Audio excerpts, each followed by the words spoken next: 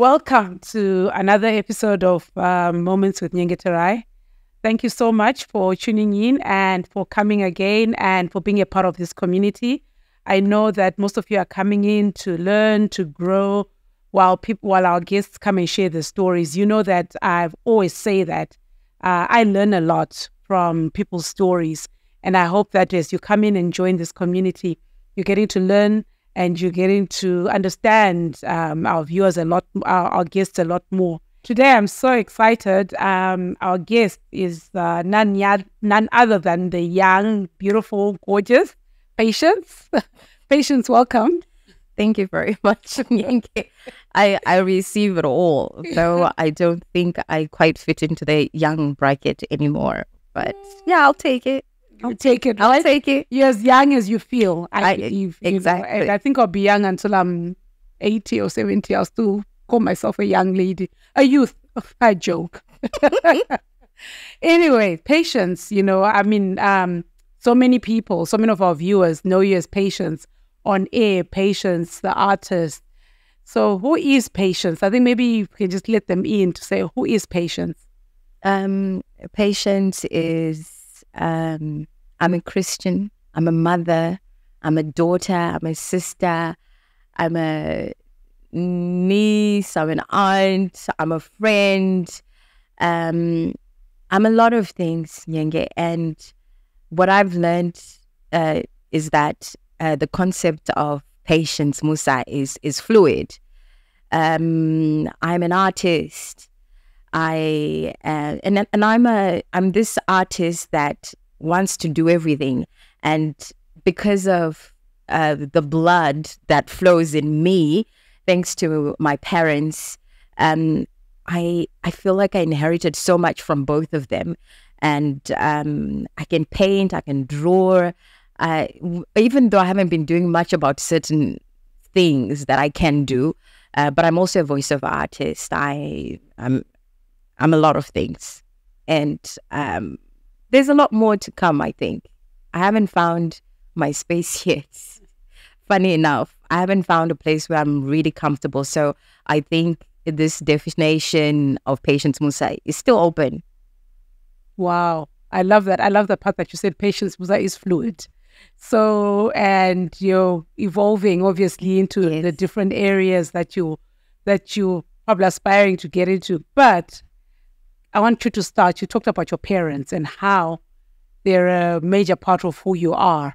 Talk to me about your parents. I mean, what is it? What are the pros, the cons? What are the good things that you got from them that you believe are part of the Patience that is evolving? My father is Hassam Arthur Musa. Now, he's an artist, and he was one of the first illustrators, graphic designers in the country. He was a cartoonist. He's more retired now, and he hasn't been well for some years. And my mom, Stella K. Zuze, she's also artistic in her own way.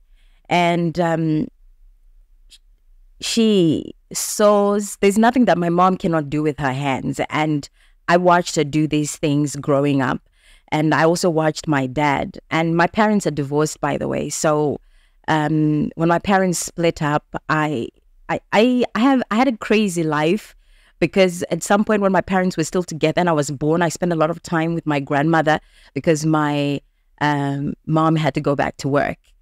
And then when I got back home, I had to go to kindergarten. So I started going to kindergarten at a very young age.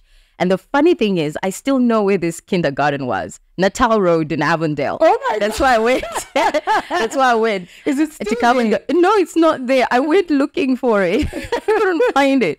But that's where I used to go. And I remember our gardener used to take me on his bike. And yeah, good times. But, both of them had love for music. Both of them, they listened to everything from jazz. So I grew up listening to Aretha Franklin, to Nat King Cole, Ray Charles, all the way to Don Williams. And then my dad used to do design album covers Wow. for Zimbabwean artists. So he used to do this for a record label that was then called RTP. I think that then evolved to Grammar later on, something like that. So he used to, after he designed the album covers, you'd get the copies. So I grew up playing all those Oliver Mtukudzis, the Pinga Udzokes. I was that kid who was experimenting, playing everything. So I love everything. And my dad also was a writer, is now retired. So he encouraged us to write a lot. So I think I wrote my first book when I was in grade 5. Oh, wow. Yes. What was it about? It was a competition, actually. So it was a European competition. So my dad encouraged me to write a story and illustrate it myself. So I wrote a whole story about this a young girl who was scared of spiders. And he sent it off. I didn't win, but for me, it started something crazy. And then a lady who lived on my street lent me a typewriter. And so I started writing short stories, though I never really then took it seriously. But then my mom also was not into TV. So when we stayed with her, she'd be like, create your own stories. You're not watching TV. Create your own stories. So I was always writing stories and then reading them to my siblings. And then if anything happened in the neighborhood, I'd write a story about it and I'd read it to my siblings and my cousins. And I think they enjoyed it. Yeah. So my parents were amazing.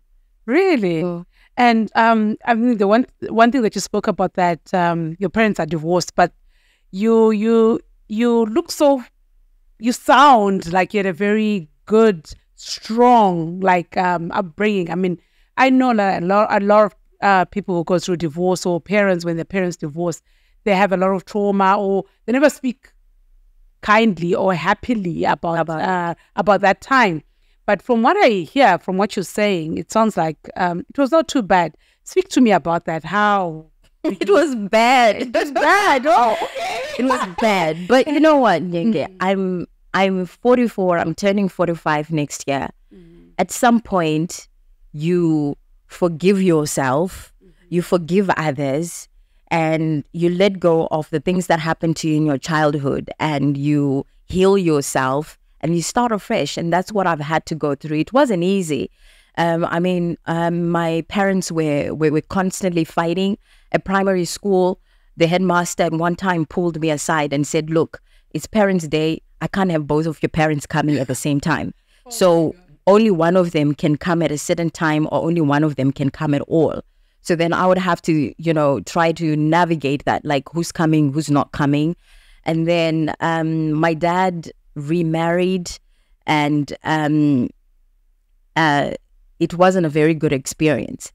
I don't want to say bad things about people, because I don't know what they were going through or how they were raised to feel it was okay to treat children in a certain way, But it was a tough time as a child. And I think you grow up fast and things just happen. Yeah. But how did you heal? Tell me about the healing process. Because, we talk about trauma, childhood trauma. I remember I was just talking to one lady who was saying to me, oh, but you know what? I'm still suffering. I still have a lot of childhood trauma that I'm carrying. And then I'm thinking, okay, you're 50.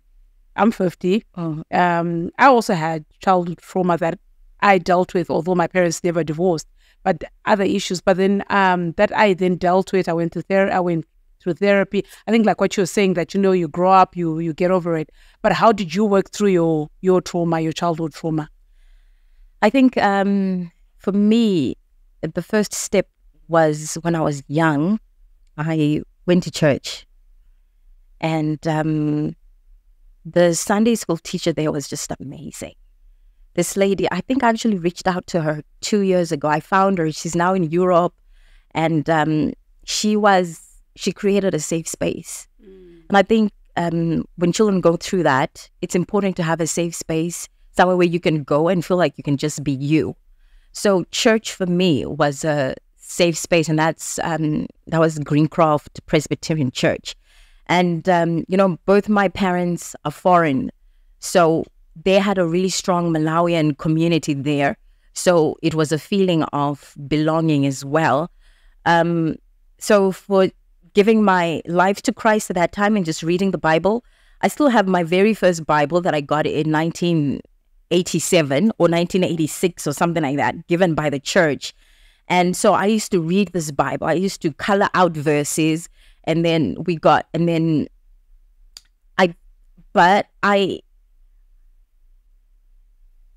there's certain things that you carry through. Like I can't make friends. Like it's really hard for me to make friends because I can't trust. I find it difficult to trust. I mean, mainly because we had a woman come into our life who I had so much hoping that she was going to bring our family together. But then she came through and she just broke everything apart and broke everyone.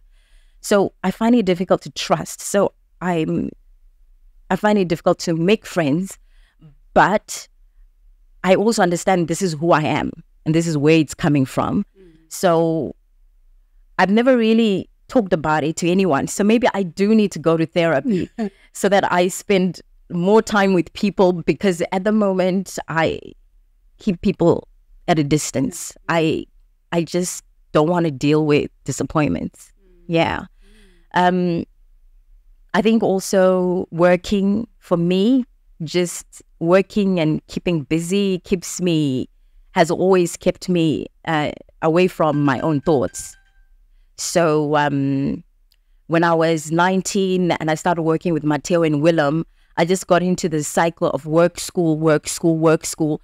So when I started working with Matteo and Willem, I was writing my A's. Straight after my A's, my mom encouraged me to enroll for fashion and designing, cutting and designing, and fine art. And I was doing all of that as well as doing shows. And then my dad on the other side was encouraging me to be a part of all these organizations that had to do with young writers and writing. So I was just too busy to think about my own problems and also it kept me busy for a very long time. But I knew that there was something wrong with me. There was something wrong. There was something broken that needed fixing. And I fixed some of it myself. But, some of these things, we just carry them through. Yeah. What would you say to a younger Patience right now?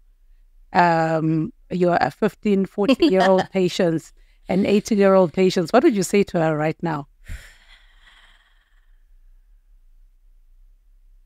I don't know. I would say you're going to be all right. And look at you. You made it through. I know, some of the things that we go through when we're young, we think sometimes we've gotten over it, but I think they also form and they create the person we become.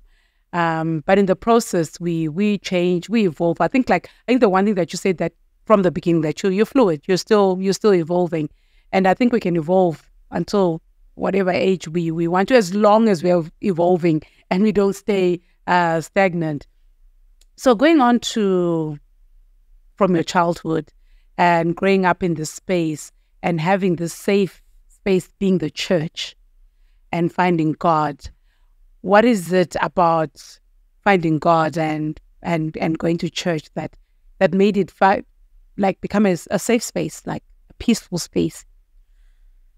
Because it was the one place where there was no judgment.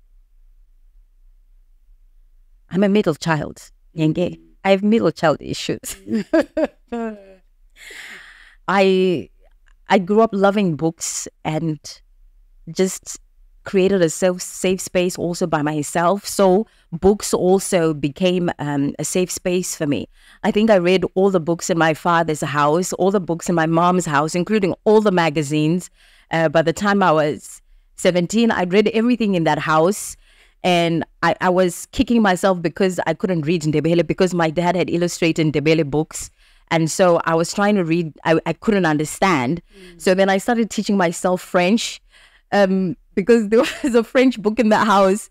So books became a safe place for me. I could read and just go to some places. And so that's ultimately what I'd like to do, create a safe space for some people through my writings. But I'm not answering your question, right? I've got a way of just going elsewhere. What was the question? How you, like going to church, how you found yourself and why it became a safe space. You know how? Because there was no judgment. I have, my mom and dad have 4 kids. And I'm in the middle because I'm the second born, but I'm the second girl. My younger sister is the last girl. My brother is the only boy and the last born. My older sister is the first girl. So everybody seemed to have a space where they were important. And I felt like I didn't have a space where I was important. So, and I have 2 gorgeous sisters, and I've always felt like the ugly duckling in the family. And You're then beautiful. And then on top of that, I was weird. So it was weird in what way? As in, I could go for hours in my own space and get lost in this space. I could start drawing or painting, and I could play Barbies for hours, Nyenge, by myself.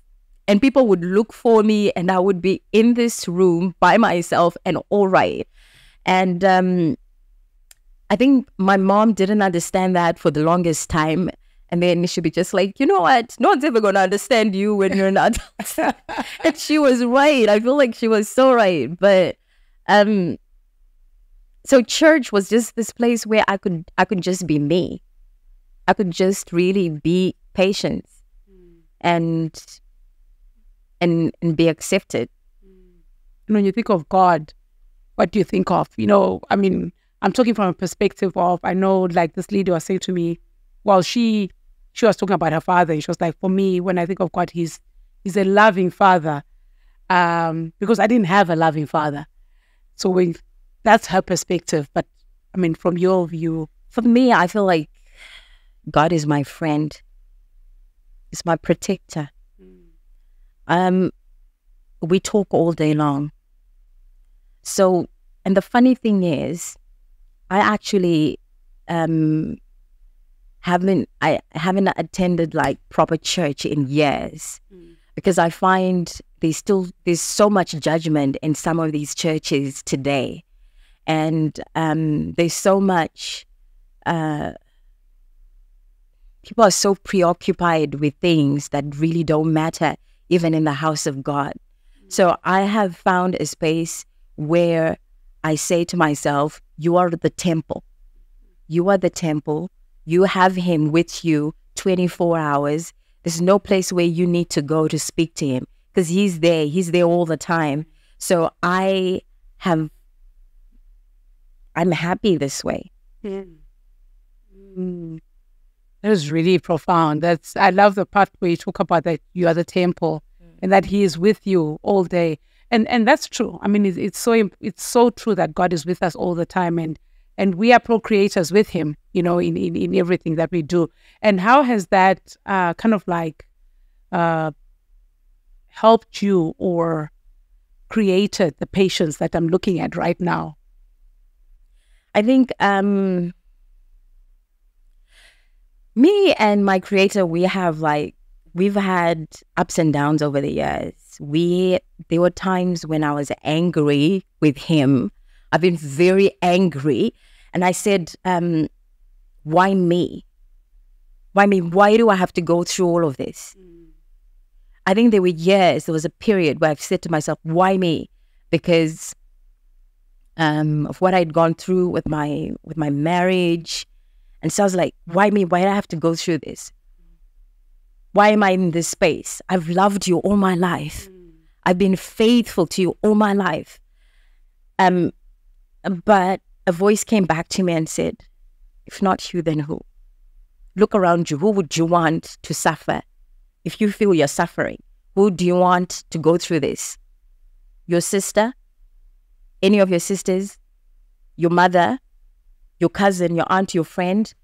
So the moment we had that conversation, and I realized that I wouldn't want anyone to go through what I went through, I understood. And I was like, okay. If you think I'm the ideal person and I'm the strongest, the best equipped to deal with this, then I can take it. I'll take it. And, I'm just like amazed that that conversation for me, that you had that conversation, you say, okay, I'm the strongest, but what did it take for you to get to that point? Because I know I went through a point where I'm like, why me, when does the stillness come to say, okay, it's okay? Because when you give your heart to something or someone that powerful, and you accept that you created me, you put me in this place, it's something that you cannot break off by saying, look, no more. I've had enough. You've done this to me. I've gone through this. It's enough. They're always reminders that he's still there, even if you're mad. So even if I was mad and I would still have a Bible-trained conscience. Like, I can't do this, I can't do that. So which means I'm mad at you, but I still acknowledge you're there.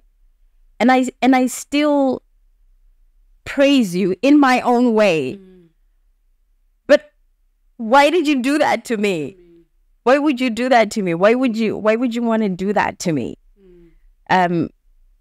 So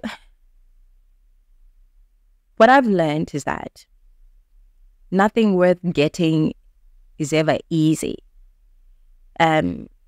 Nowhere worth being is ever easy to get. So it's my journey. It was my journey. And the suffering never ends. It continues. It just a different vibe. Different vibe every single day. But, I carry my cross. Yeah. What are some of the key lessons from that time?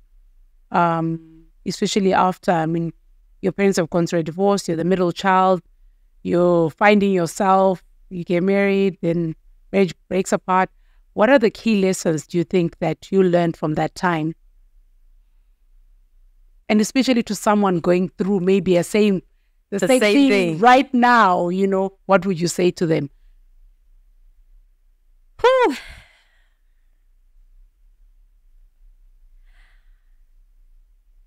I don't know if there's anything I can say. I don't think if there's anything I can say, but I think that in everything that we go through, in everything that you go through, there's always someone. There's always something. There's always hope. I think sometimes whatever we're going through creates such a dark space that we really can't see, but there are still people there to give us support.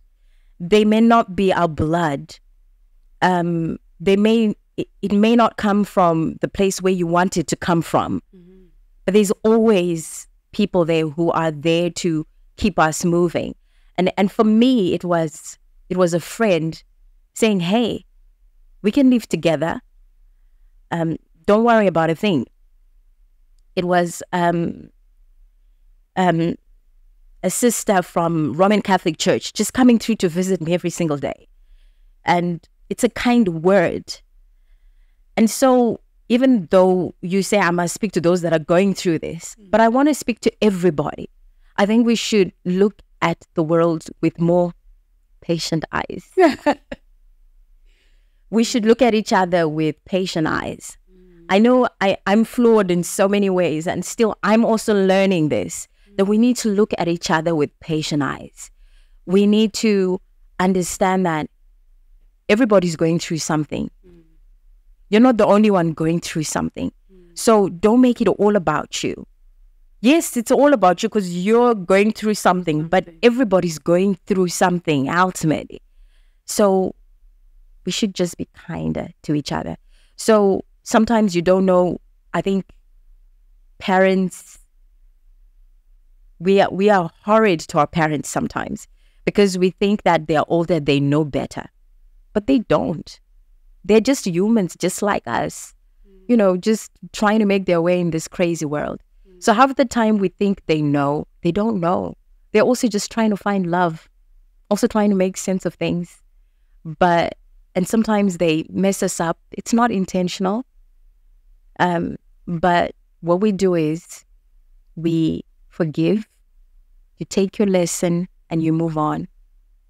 So one of the biggest lessons I learned, and I'm still learning, is to be patient with everybody. I know I'm very patient. I may not show it, but inside, I think I feel a type of way all the time. But then outside, I'm like, patient, chill. This is not the time to speak. This is not the time to act. Be still. Be still. Don't say anything. You don't lose anything from not saying anything, from not doing anything.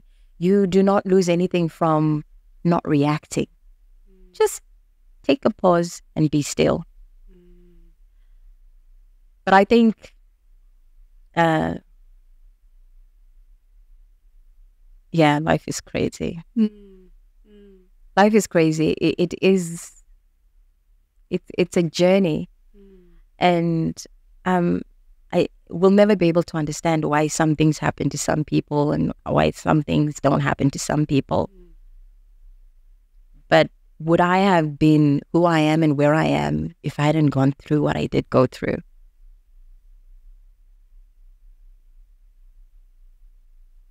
I don't think so. It's a refining process. Yes, and I'm still going through it because I still don't know where I'm going. I still don't know where I'm going. It's crazy, isn't it? To think that at my age, you like to think, oh, you know what? I don't know where I'm going. I think every single turn, I'm not even where I want to be. I'm not where I want to be. I'm not ecstatic about where I am. Going somewhere. Heaven knows where. But I'm going to keep moving. That's the most important part, to keep moving. You know, you said something that really touched me, where you said you got through it because there was a friend who said, come and stay with me. A sister who came to check on you. I think it's those little things that sometimes we forget as humans. When someone says they're going through something, I think the fastest or quickest thing we think of doing is just sending a message and say, I'm with you, whatever. Or can we pray together? I think as Christians, we need to start doing more because we're called to do more. We're called to do more. It's not just about saying, let me pray for you. Oh, you know what? I have nothing in my home. My children are starving. Let me pray for you. That's not enough. We have to start actually stepping out of ourselves and helping each other. I should be telling. I want to do that as well. I want to step out of myself and help other people. But I know, it's crazy, isn't it? Because you want to, but you don't know. Humans are crazy. Like that, I know. Because you don't know. You don't know who you're going to take into your home and how. You just don't know. But then I think it's when you listen to that little voice that says, hey, it's okay. Let's do this. And you know it's okay. Sometimes it can get crazy. Things can backfire. But at least you'd have done something, because I know that there are moments where I've gone maybe out of my way and done something. But maybe I feel like sometimes maybe God is still refining that person, and maybe they're supposed to be in my space while they're being refined, although they'll be doing some things that are quite concerning. But I find that I'm learning to give a lot more grace to people, as I give myself grace, I'm also giving a lot of grace to other people, because I've realized that, you know how some, like you're saying, sometimes you struggle to have friends, to make friends. So I think people will disappoint us at some point. True. But I truly believe that at some point I'll also disappoint some people. Yeah. You know? So because of that, I'm learning to take things a little bit of more grace to myself and to other people. Although, like you say, sometimes things backfire. I don't know. I think this world is crazy. But going back on to what else I learned, the other thing I've learned going through all of this is that when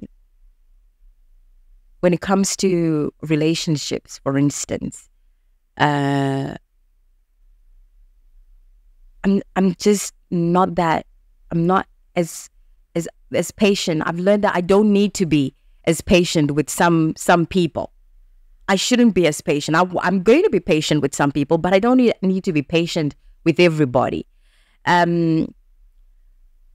Because men walk into your life, or they approach you and they want you to become a part of their life, or they want to get to know you. But my question is, you want to take me where? You want to take me on this journey where? Because where are we going? Where are we going? If I don't know where we are going, why should I join you? And so I no longer ask that question, because I feel like if you are a man who is truly wanting to be with me for the right reasons, these are the things that you're going to make known to me, like in the first 2 dates. I should know where you're going. You don't expect me to endorse a journey that I have no idea. I have no idea where I'm going. Like, what kind of stupidity would that be? So I've learned that. Show me. Otherwise, I'm not coming along. And I'm not even going to have the conversation with you to explain why. After 2 dates, it'll be a no. No, it's okay. No, okay, drinks. No, thanks. I'll skip, because even you have to know where we're going, so that I can endorse you. I am traditional in a way, as in where you're, the man is the head. And like Voltron, you form the head, but I'm the legs and the feet. But we have to align. So I have to know where we're going. You need to tell the women where you're going, so that they endorse the journey. Otherwise, we're just taking each other for a ride and just doing it for fun. And another thing I've learned is that life comes up with things. You can make plans, but sometimes life is directing you elsewhere, and it's okay. Most of the things that I've done in my life, because I didn't get to do them because I planned them, or because I went knocking on doors. Just because I don't know. I prepared myself for something. I didn't know what I was preparing myself for. And then when something came up, I was just in the right place at the right time, with the right talent, qualifications, papers, and stuff. So, yeah, I think sometimes just let life. Don't you think God like directed your Yes, kids? that's exactly what I mean. That, sometimes it's not up to us. So you should, as much as we may want to control a lot of things, and I'm a control freak, I want to know. I think from what I just shared, I want to know. Control freak, don't worry. I know. I want to know where we're going. I want to know what we're doing. I want to know what we're going to do there. I want to know what I should wear, what I should bring for this journey, how I should prepare. I'm a control freak like that. But, sometimes when things happen, it's a higher power, and you just got to give in, Don't fight it, and just see where it will take you. Talk to me about Patience, the mom. How have I'm a horrid mom. Everybody who knows me knows this. I'm a horrid mom. Because I always say that, you know how, like, obviously we've had our experience with our mothers. Mm-hmm. And then when there's certain things like, when I become a mom, I'm not going to do this. When I become a mom, I'm not, this is the mom I want to be. And have you been that mom? Or there's certain things like you're saying, okay, you're a horrid mom. Why would you say you're a horrid mom? Because I am a horrid mom. Because of my experience with my parents' divorce, I said to myself when I was 11 or 12 or 13 that I was not going to have any kids. This is what I said to myself. I said, I'm not going to have any kids because this stuff just messes people up. But I have a son that I love very much. But unfortunately, I'm in this space where I'm playing mother and father because of certain dynamics. So you'd call yourself an old school, a mixture of an old school and a new school mom. I am, yes. I mean, I can't help it. I mean, there are certain things in 2023, but I am the whooping mom. Believe it or not, I think people look at me and they think, you know, I'm a softie. I'm so not. I am so not. But it's out of love and out of not wanting my son to be an adult that can't cope with life. He has to know life. He has to know how to get into the CBD and not get his phone stolen there or not know where to find things. He has to know people, there's poverty out there. People are hungry out there. You have to work for everything. That money is given in exchange for a service. You don't get it for free. You have to work. You have to create a product for you to get money. I love that. I love the creating of a product and to make money. So I'll talk to you about Patience, the artist. Oh. The creator, the creative. Patience, the artist. Patience, the musician. He's dying. You have such an amazing voice. I actually don't think so. And every time somebody says that to me, that Patience, you have an amazing voice, I just look at them like, okay, I really don't think I have a great voice. That's the honest truth. Why are you letting Patience, the musician, die? Because music, I got like, I was doing music for years, for over 10 years. I was singing every day. The only days I had off, maybe it was a Sunday, but some Sundays I was singing. So mostly it was on a Monday. Tuesday, Wednesday, Thursday, Friday, Saturday, sometimes Sunday I would be singing. Every single holiday I was singing. Every Christmas I was singing. Every New Year's Eve I was singing. Every New Year's Day I was singing. Every Heroes Day I was singing.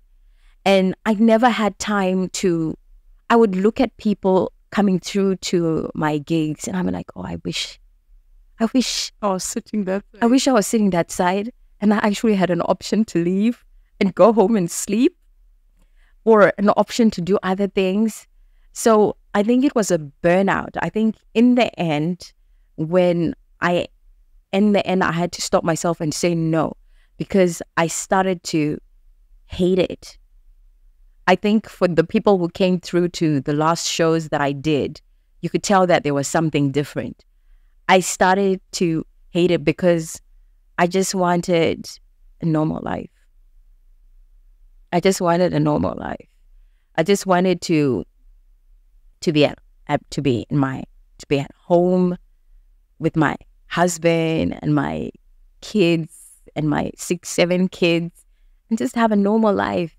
And just be somebody, maybe a teacher or something, not worry about getting my hair done, my nails done, or just have like 2 outfits, 3 outfits in my wardrobe, 4 pairs of shoes and just be so I started hating it. But Patience the artist is not just a singer. I'm all sorts of different kind of art. I'm a voiceover artist, so I enjoy that. I enjoy writing, so I enjoy planning my shows, and I've been writing small short stories, some published. I've been writing for some newspapers and magazines over the years, and like you, I'm currently working on a book, but I'm more of a fiction writer because I'm a dreamer. That's what I am. That's what I do. I'm a dreamer. So I am working on a book that I'm hoping I finish soon. A fiction book. Yeah, I'm. It's a crazy fiction, but I'm hoping it will find a space somewhere. Yeah. Wow. I've loved the way you've talked about how you've evolved, and as just to close us off, I just want to, where are we evolving to? We've evolved from the singing. You said you now hated the singing. You evolved. Now, where are you evolving? Where's Patience evolving? Okay. I think Patience is evolving to, when you love something, it's still there on your back. So I still have music on my back. I still am writing songs. I still have songs that I haven't recorded. So it's just hanging over me. But I want to do music in my own way. I don't want to gig somewhere where people are like, okay, you know what? Now people want to dance. So can we have dance music? I want it to be a truly Patience Musa experience. And then I also want to, I'm working at a bank now, and I'm learning a lot there. I love, the different people I'm getting to meet in this new space. And I'm going to see where that will take me. I think with spaces like this, just like radio, I know it's going to take me somewhere. I don't know where. And I'm just buckling up and preparing for it.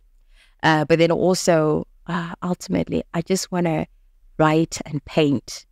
That's what I want to do, Nyenge. I just want to be in a space where I can write and paint. And I know I won't be paying school fees very soon. So I'll be able to have my own money to myself. Hopefully, Lord Jehovah, hear me, please. So that I can just really concentrate in who I am inside. And I am a painter and a writer. And then occasionally, do the shows and then just have fun with that. A few people, I don't even want a full house, I just want a few people who understand and appreciate my music and the things that I have to say and that I've had to say in the past. Yeah. Well, that's powerful. That's a good space to be in, though. It's very good. So just to close us off, I just want your 5 key lessons from 44, almost 45-year-old Patience. What are the key life lessons that you believe things that you've gone through and lessons that you'd like to just give out there? Just 5. Number 1, know who you are. It's very important. Know where you come from.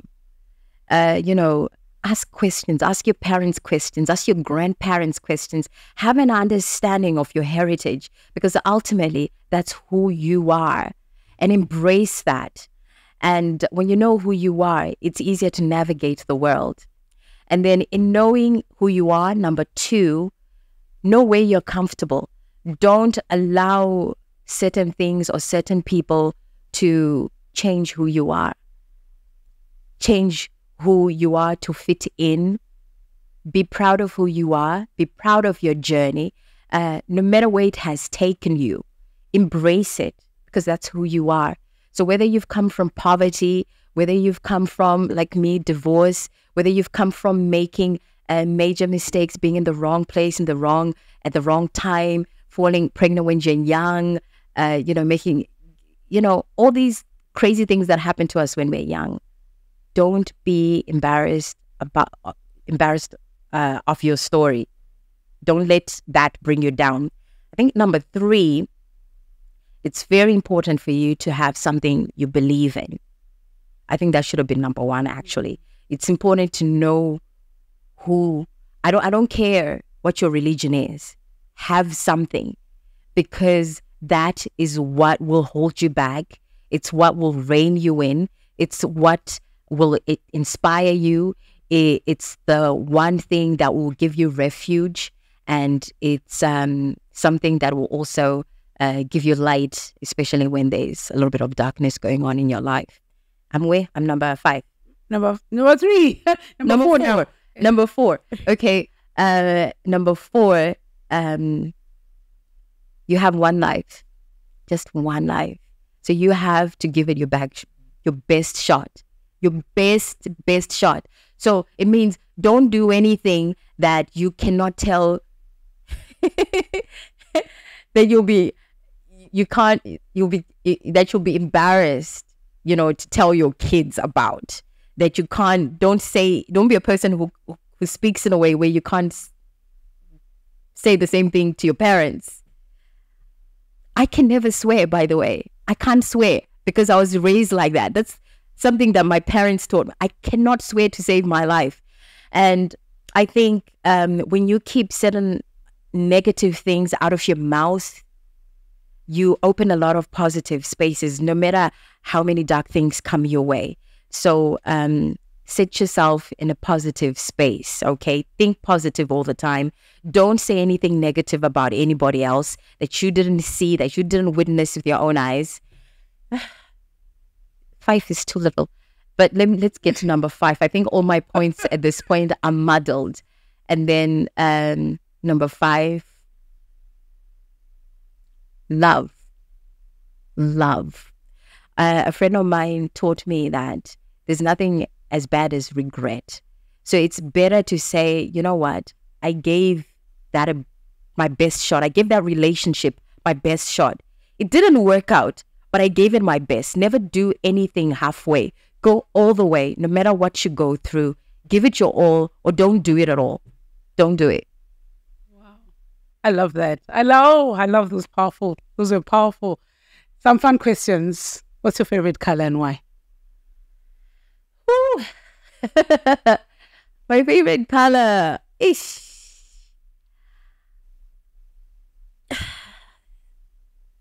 I don't have a favorite color. Really? I don't.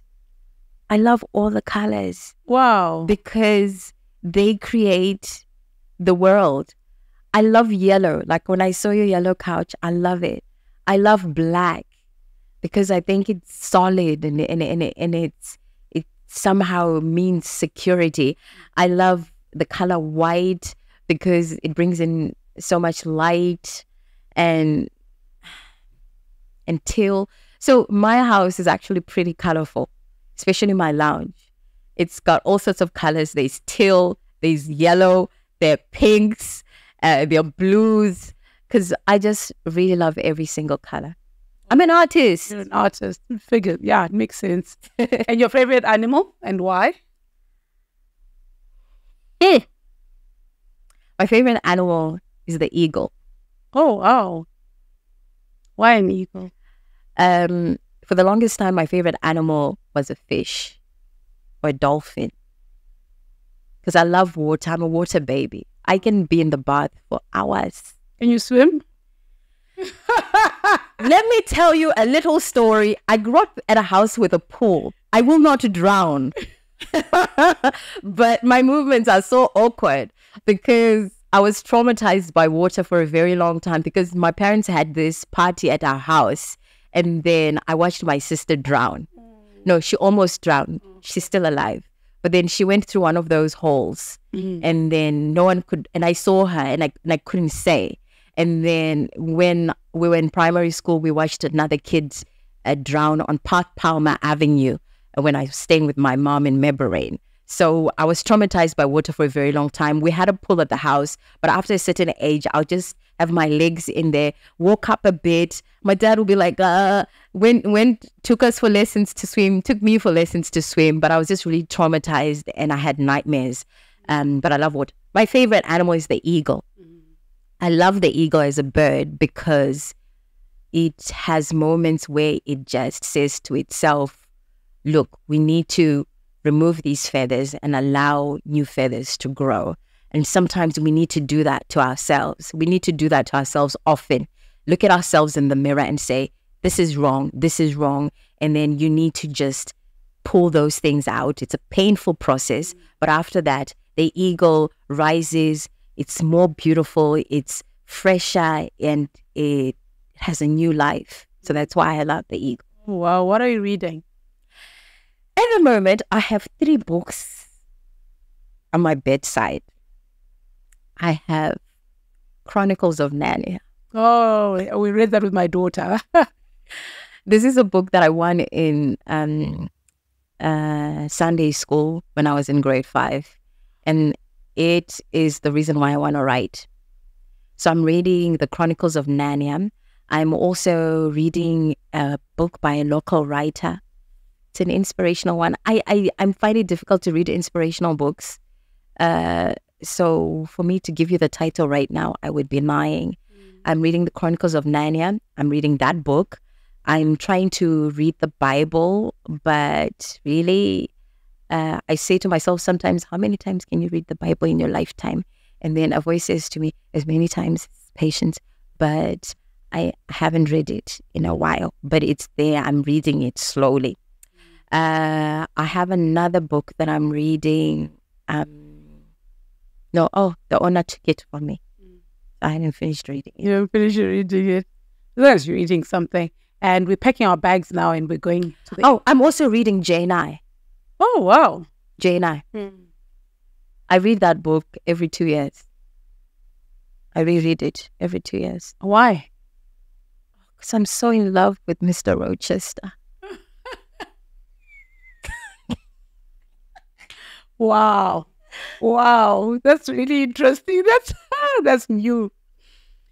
Right, we're packing our bags. We're going to the airport right now. Where are we going? Oh, we are going to France. Wow. We are going to Normandy. I was about to say which city. We're going to Normandy. And let me tell you what, we're going to live in a little cottage. There's a little stream. And then we're going to be in this little cottage where I wake up to the sound of birds. And then I take out my laptop and I go sit by the stream. I can watch fish, jumping and wada, and I write. It's a little nippy. So I go inside and I grab something warm. My son calls me. He tells me he's had a good...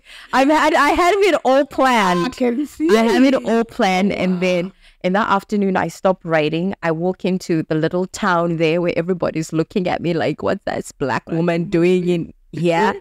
And then, and then I have coffee by the sidewalk and then with some freshly baked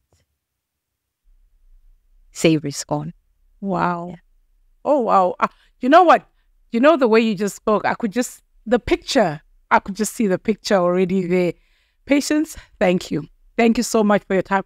I don't think we even had enough time to just grasp all the areas. You're a true artist. You know what? When I was coming here, I was wondering what is Nyenge going to ask me? All the things that I thought you were going to ask me, you didn't ask. So well done. Well done. But you know what? It's a refreshing angle you took. And the whole time I was sitting here, the minute you'd ask me something, I'd want to ask you something too. But then I just kept reminding myself, you are not the one interviewing. This is not your show, Patience. This is not your show. Behave. But I wanted to ask you so many things. Every time you'd ask me something, I'd be like, oh, okay, what about you? What about you? You keep referring to, that your childhood. What are the things that were heaviest? What are you still carrying today? Yeah. I'm probably going to do, the only person, someone else was saying, you need to do an interview of you. I'll find a way somehow one day. But I enjoy and I learn so much from people's stories. And I mean, every time I sit with people, I learn so much. Today, I've learned so much, from you, which I also hope our viewers are also learning from. So thank you for opening up your heart and just being patient and patient with me. I thought we were supposed to be sipping wine and I'm surprised that I didn't even take a sip. We've just been talking the whole time.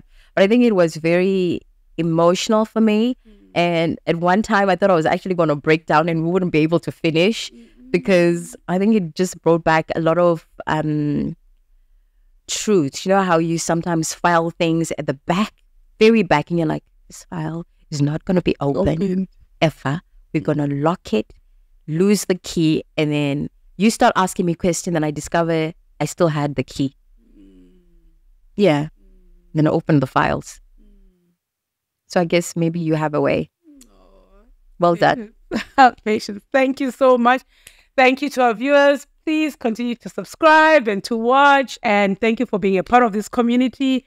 And as we leave, I'm going to ask Patience to do something. Oh, I hope you're not going to ask me to do what I think you're going to ask me. Please do. Because I need people to go out there and how you finish your show. You know how you still finish your show. Yes. I loved that part about your show. And for me, it's so like, it's really inviting. And I love words, Nyenge. I love words. And I love how you can put words together and they can change everything. So when I wrote this for the first time, I think I joined ZFM and I was writing posts. And then it just happened like, claim it, take it, own it, rock it. Yay! Thank you, Patience. I will not even add any more words after that.